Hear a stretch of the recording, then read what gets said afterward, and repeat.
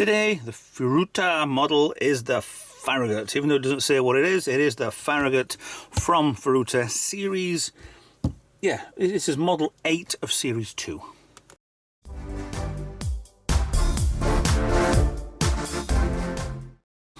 Hi guys, Ralph here. This is the Nebula class. Is it the Nebula class or the... No, that was a different one, but with the pod on the top. Nebula class USS Farragut 60597. These came as a chase model kit.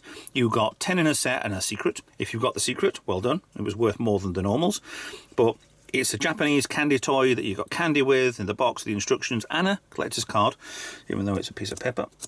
And yeah, you got different models, and they weren't self-assembly, they were pre-painted, but they are a kind of little bit of self-assembly. You can take the pod off the top if you wanted to. You could take the under sections off, loads of little bits. You could just faff around. You couldn't swap and change things, which would have been nice to do. Problem with that one is the nacelles don't really fit on there properly. Each one come with a stand. It's been pre-printed, copyright 2003, even though these were out and released in 2004.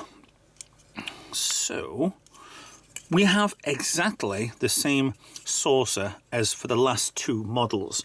And I can't apologise enough for that, because that's the way that these are wrote down from memory alpha to be released as.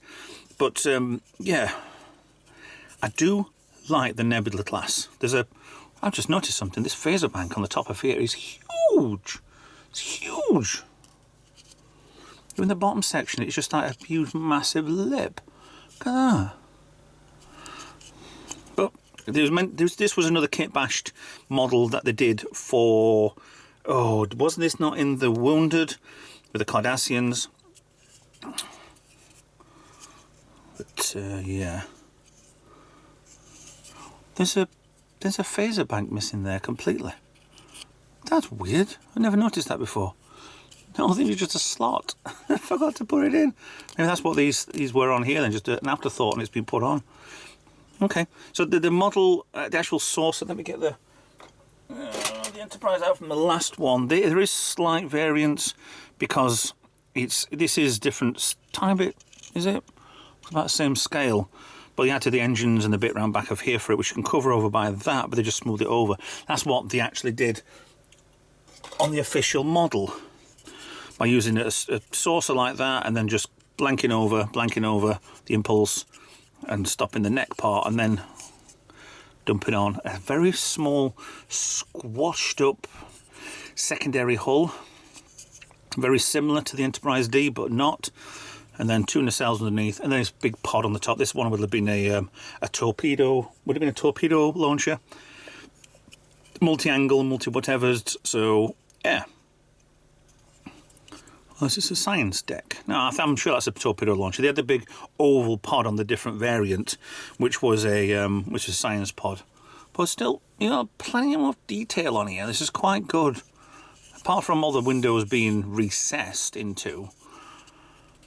I mean, Star Trek did quite a few different variants with this sort of style of saucer over the years. Usually background models, stuff that you'd never see until it goes to 4K. Yeah, that's like an olive green sort of colour there for the vents. Or is it a bronze? Still got the bridge. They've actually got the... If you look right deep inside there, if you can see it, the shuttle bay is correct. It's just behind where the part there is. It actually swoops down, where the other ones it was kind of put on the other, or designed the other way around. So yeah, I got that right. Cool.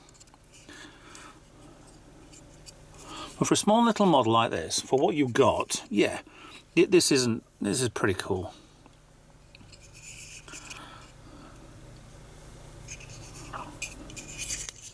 And these are all plastic, no die cast, so you can do pretty much some decent design on these anyway. The difference what I've done before with the Edelmoss stuff is the metal, when it's been cast, can't do as sharp a detail as what the plastics can.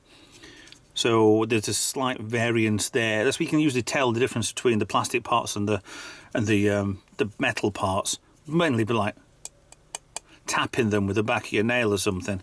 You know, that's one way people do it. Or I do it is that feels cold, because the metal will kick out the heat quite quickly. Plastic will just be at a normal temperature all the time. Yeah, no, it's blown up. Captain, she's blown up. There we go. But yeah, these were, like I said, these were meant to be put together. It gives the I was going to say the child would give it something to build. But yeah, most grown-ups probably bought these anyway. That's the difference between a lot of the main difference between Star Trek and Star Wars, shall we say. In Star Wars, most of my generation, the next one afterwards, grew up watching it, playing the toys, buying the figures, getting the ships and doing the little scenes and stuff. They would play with them. Star Trek was different. Star Trek was more of a, instead of being fighters and stuff, it didn't suit the aesthetic to have fighter ships and combat and battles, even though Captain Kirk did do bare fist fighting and his shirt got ripped every week. There was differences because you knew that it was a war going on in Star Wars. There was no war in Star Trek. Or there wasn't supposed to be. Then Deep Space Nine come along. Yes, which changed everything forever, but you can't live in paradise without having to fight for it. That's a good saying, that. I'm going to copyright that. So, anyway, I'll be like the Farragut. Next one, what's the next one? Oh, you'll like the next one. You really will. Yeah. Thanks for watching. Please like, share, subscribe, follow me on social media. Consider being a Patreon, a YouTube member, or donating something to the channel, or just give me £1 million, and I will see you in another video. Bye for now.